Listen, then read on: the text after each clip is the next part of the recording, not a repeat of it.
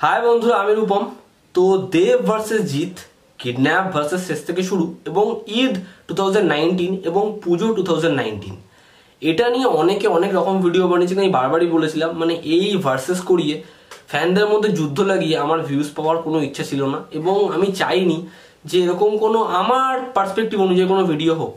তো আনন্দ লোকের একটা ম্যাগাজিন বেরোয় যেখানে তারা জানিয়েছিল যে এই দ্বন্দ্বটা কি কারণে, কে চুক্তি ভাঙলো, কে পিছপা হলো নিজের নীতি থেকে, এটা নিয়ে তারা একটা ম্যাগাজিন প্রকাশ করেছেন এবং এটা দুদিন আগেই হয়েছে এবং এটা সংবাদ প্রতিদিনের মানে আর একটা চ্যাপ্টার থেকেই বেরোয়।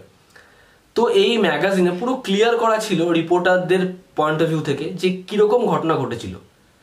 তো সব কিছু যাওয়ার আগে দু একটা পয়েন্ট বলবো, সেটা হচ্ছে দেব আর জিতই কিন্তু আমাদের টলিউড ইন্ডাস্ট্রিতে, বাংলা ইন্ডাস্ট্রিতে এমন দুটো নায়ক যারা ছবিতে কিছু না থাকলেও, কন্টেন্ট না থাকলেও অডিয়েন্সের ভিড় 2 সপ্তাহ টানা বাড়াতে পারে, যাদের জন্য কিছু না থাকলেও ছবিতে বহু লোক হলের বাইরে ভিড় করবে, টিকিট কাটবে, প্রেক্ষাগৃহ হাউসফুল হবে, এগুলো আমরা প্রত্যেকে জানি।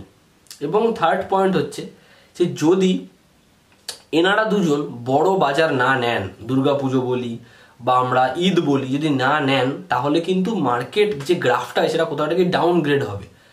এবং আর একটা কথা, সেটা হচ্ছে যদি দুজন একই ডেটে আসে তাহলে মার্কেটেরও কিন্তু এমন একটা পজিটিভ নোটস হয়, নেগেটিভ নোটস কিন্তু অনেকগুলো হয়। কারণ আজকে সিঙ্গল স্ক্রিন অডিয়েন্স কিন্তু অনেক কমে গেছে এবং সেটা কিন্তু যদি দুভাগে ভাগ হয়ে যায় তাহলে ডিস্ট্রিবিউটরদেরও লস, প্রডিউসারদের তো লসই এবং হল মালিকদেরও লস।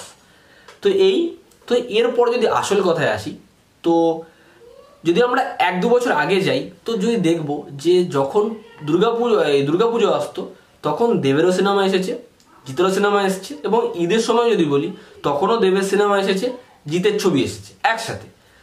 কিন্তু প্রিভিয়াস ইয়ারে পুরো ঘোলটা পাল্টে গেল, একদম আলাদা পিকচার আমরা দেখলাম যে ঈদের সময় সুলতান দ্য সেভিয়ার এবং পুজোর সময় হইচই আনলিমিটেড, দুটো ছবি আলাদা আলাদা ঘটনার ছবি এবং একটা ঈদে একটা পুজোতে এসেছিল।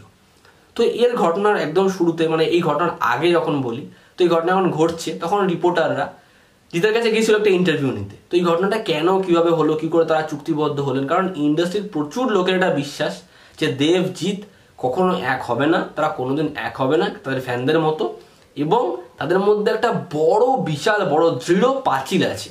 তো জিৎ সেই ইন্টারভিউতে ক্ল্যারিফাই করে যে এরকম কিচ্ছু না, মিডিয়া এগুলোকে হাইলাইটেড করে, এরকম একদম কোনো কিছু না। আমি দেবকে, মানে জিৎ বলেছে, আমি না, যে আমি দেবকে অফার করি যে দেব চলো আমরা দুজন জয়েন হ্যান্ড করি, তুমি এই টাইমে আসবে, এই টাইমে আমি আসবো এবং আমরা বাদ বাকি যেগুলো হবে সেগুলো আমরা নিজেরা মার্চ করে নেবো।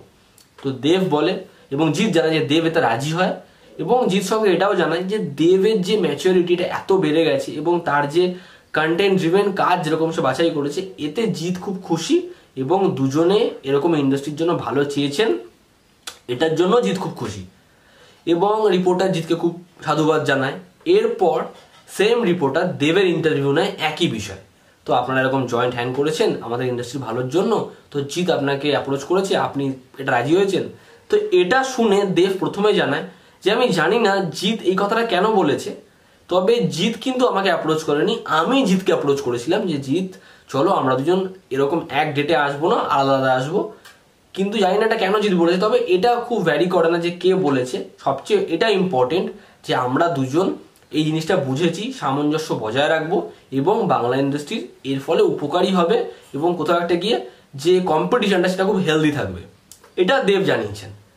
তো এই যে বছর ঘুরে এলো এবং আমরা দেখতে পাচ্ছি যে কিডন্যাপ এবং শেষ থেকে শুরু ঈদে আসছে, কারণ শেষ থেকে শুরু ঈদে আসছে আমরা অনেক আগে জানতাম, কিন্তু সাডেনলি কিডন্যাপের টিজার যেটা দেখানো হলো ঈদ, এটা কিন্তু খুব চমকপ্রদ।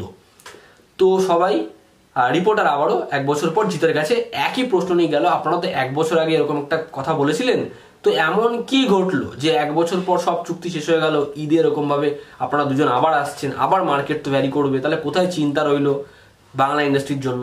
তো সেখানে জিৎ জানালেন যে দেখুন এটা নতুন বছর, নতুন শিডিউল, যে কেউ যে কোনো টাইমে আসতে পারে, এতে কোনো অসুবিধা নেই, কোনো দ্বন্দ্ব নেই।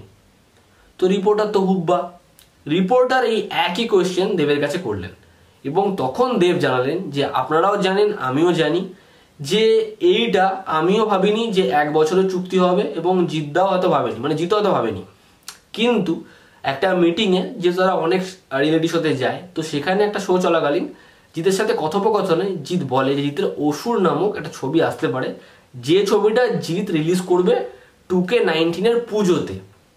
তো এটা শুনে আমি অনেক হতাশ হই যে আমাদের যে চুক্তি হলো, যে সামঞ্জস্যতা হলো, সেটা কোথায় বজায় থাকলো। তো আমি জিতকে নিয়ে কিছু বলি না, আমি কিডন্যাপের প্রডিউসার নিষ্পাল সিংকে পুরো ব্যাপারটা জানাই।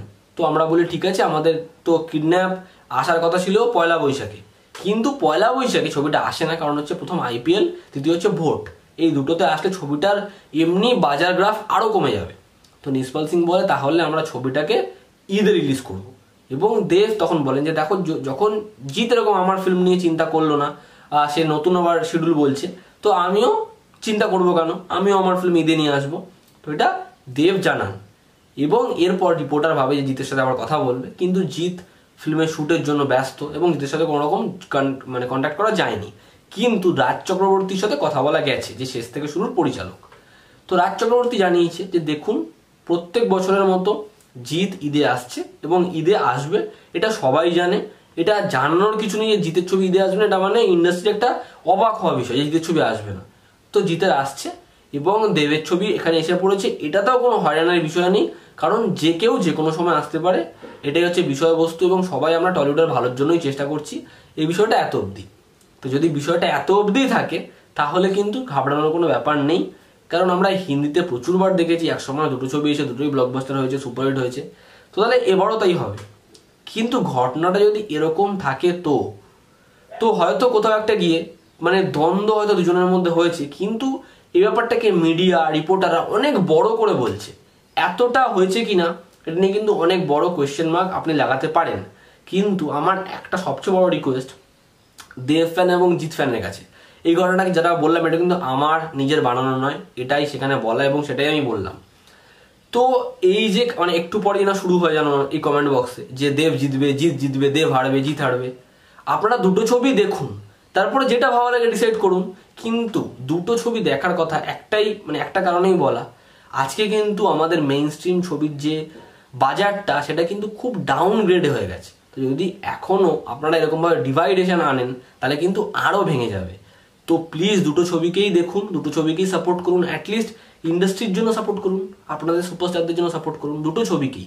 এবং প্লিজ এই যে ব্যাপারটা দ্বন্দ্বটা, এটা আপনারাই পারেন থামাতে, কারণ আপনারা যদি দুটো ছবিকে ভালোবাসা দেন তাহলে তারাও বুঝবে যে সবাই সব ঠিক আছে। তো এটাই রিকোয়েস্ট। ভিডিওটা এত অবধি, ভালো লাগলে লাইক শেয়ার সাবস্ক্রাইব অবশ্যই করবেন, রেড বাটনটা এক্ষুনি ট্যাপ করবেন। আর কিডন্যাপ আর শেষ থেকে শুরু দুটো ছবি বড় হিট হবে, এর জন্য অনেক শুভেচ্ছা। আবার দেখা হচ্ছে পরের ভিডিওতে। Take care.